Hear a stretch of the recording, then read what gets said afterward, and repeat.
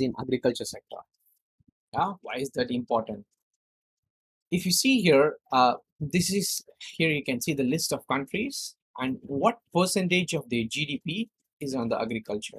Okay, some countries will have the latest data, some countries will not have the latest data. But anyway, uh, you can like sort it out by this is the World Bank data. You can see the percentage of agriculture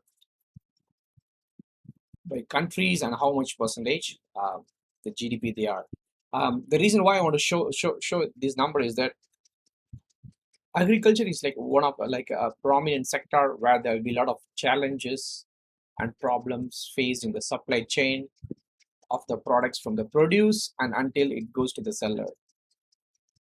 In the recent, I mean, like last 20 years, the marketplaces have been penetrated in the fashion industry and more on the, how do I say, more on like electronics and all those things. But agriculture, it's still at a national. I mean, countries like US and Western countries, they have there are like a lot of digital platforms that take that solving the agriculture. But if we think about the other growing countries and then underdeveloped countries, they are still catching up. So agriculture marketplace would help, especially digital platform should help the sellers or the farmers to discover a new buyers, and similarly for the buyers they'll be able to discover the new sellers where they can buy the products directly from the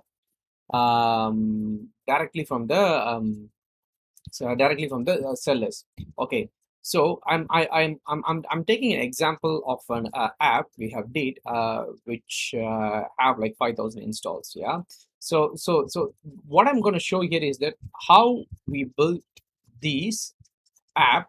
I mean, this is in a different language, so you don't need to worry about it, but it's sort of like a focus on agriculture kind of thing, farming and homegrown businesses. So I'm going to show you how people, clients have built a marketplace using Tradely infrastructure. Okay, so this is not any pet project. You can see that it's like 5,000 install and there is so many sellers who are using the platform. I'm going to like tear down and then show you how they have built the marketplace through our technology. Okay, so also there are many detailed videos about what is the meaning of accounts, this thing, how to configure the marketplace and all those things. So I'm not going to explain how to do that. If you wanted to know how to do that, then you can go to the channel and then you can see this thing. But what I'm going to do is that how this has been achieved. Okay, so if we go to accounts, accounts is like the type of shop. For example, is it a store or is it a farm or is it the businesses from house, or is it like a separate type of businesses? Account categories are like a type of sellers you wanted to onboard. So they have created, it's one of our partner companies, so no worries about the data. Yeah, so it's they have created it's like 5 categories, and then they are collecting different informations. I need to re-log in.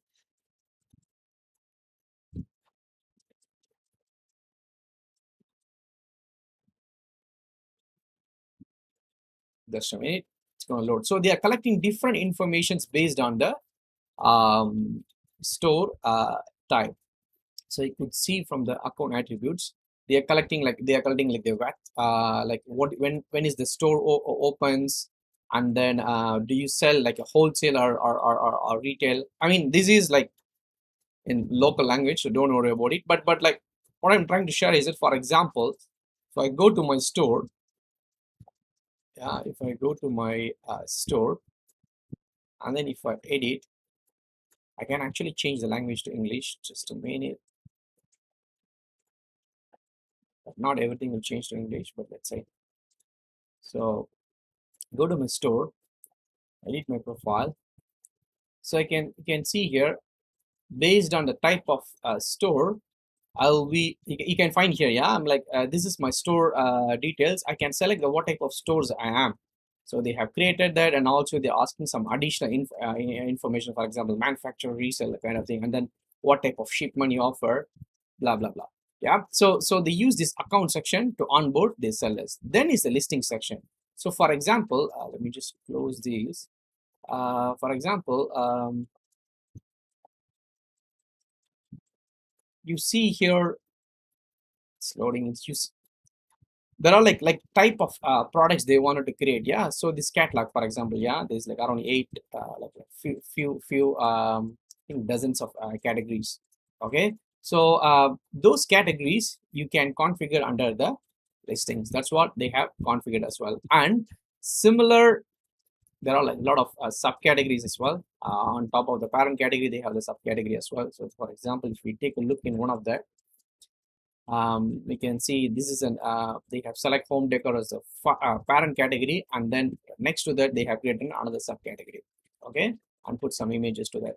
And also they are like collecting different informations like delivery, I mean like different informations based on the categories as well. You can create any number of attributes. What I mean by attributes is a sort of like some custom fields. For example, let's say seed, okay, or let's think coffee beans. When somebody want to post a coffee beans, you may want to collect whether it's a robusta and all those details. Yeah, then you can but those fields are not related to every category, but just only for the coffee.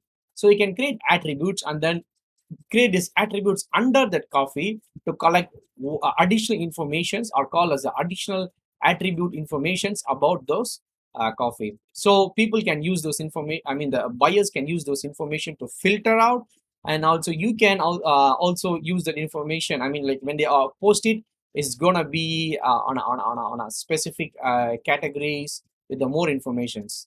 Yeah, so we have seen the accounts, the categories, and what's use of attributes, and also we have seen listings, the categories, and how they are using the listing attributes.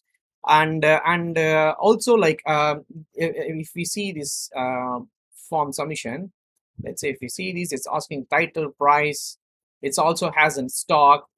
They're also asking us shipping charges. So and also asking the tags and all those things. If let's say if you wanted to like don't need those informations, then you can just like switch off, like if I switch off stocks, then the stock won't be there, the stock functionalities won't work. Yeah, so you can configure those functionalities here. It's not like a builder, but it's already there. You just activate what you want and deactivate what you don't want. And then the third thing is the collection. So if you see here in the home page, there is like these categories, and then there is promo banners, and there are some widgets. These are all called collection widgets. So they are a collection of a specific items. You can correct you can for you can create a collections automated. I mean these are all automated. Whoever posts under this category, it will be classified here. Or you can also create a manual one. For example, this one, they created the best stores who have like more products. Okay, so if we go in the admin panel, you can see here what are the type of like a collection widgets they have created. So these are all automatic, and this is a manual one. If we see the manual one, they picked up the store. Okay, they picked up the stores, and you can also make it manual or automated. And accounts is like this is all accounts is like a stores. But if you want to make it to a listings, you can do as well. So let me show a listing collection. Now this is also account collection. Oh yeah, this is a listing collection. So you see here it's an automated, and then it's coming automatically. I can show you this one exactly here, uh, but it's in the local language. You see here, this one, it's here. If I switch off, then it will go off, but let me not do that. So protection app. And then also create banners. Yeah, you see these banners, this is the banners which you see here. So if I deactivate certain thing, it will deactivate. And also these banners, you can send to external, or you can promote a certain store, or you can promote a certain item. It's up to you. Okay, so that's the use of promo banners. And also you can find the orders and transactions. Let me not go into that.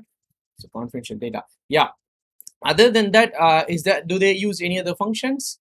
I think nothing much. So chats are inbuilt. There is nothing configurations you wanted to make. And you can find all of the extra menu, like for example what orders you make, what is the store orders, the orders I received in my store, stores I follow, stores I have blocked, all these small issues that needed for a commerce store. Okay, so this is how they done the marketplace. So you can see here, it's pretty straightforward. This marketplace creation is something like you create an e-commerce store as well with Tradely. Yeah, so you just configure your catalogs, and not just the catalogs, but also like for a marketplace is the sellers. So how you onboard the sellers and all those things, which is under the accounts. And if you are a country which is supported by Stripe, you can also configure commissions. So when people make transactions, Stripe will detect. I mean, you can configure your commission how much, 10% or 15%, however you want, and then this money will be automatically sent to your platform account. Okay, so this Stripe explanation is here. I mean, you can check how does the Stripe fee work, and also I think we have a video about like how the Stripe how the Stripe send the money to your account and all those things. Just go to the channel and then search Stripe, so you can see the how Stripe work. And also here there is a detailed video about like the different type of revenue models we have as well. And also if you don't, let's say in your country there is no like marketplace type of payments, then you can, because especially agriculture, the transaction size is so big, they may not be ready to they may not ready for like option to pay you like a higher commissions. Then you can just do like some subscription method where you just collect like amount for people to list their products. Yeah, so for example, here I can just go there and post a listing. But if I act if let me not do that. If I activate the subscription, then it will ask people to like subscribe, like pay on a monthly subscription fee before they can list the product. So you can also go in that model as well.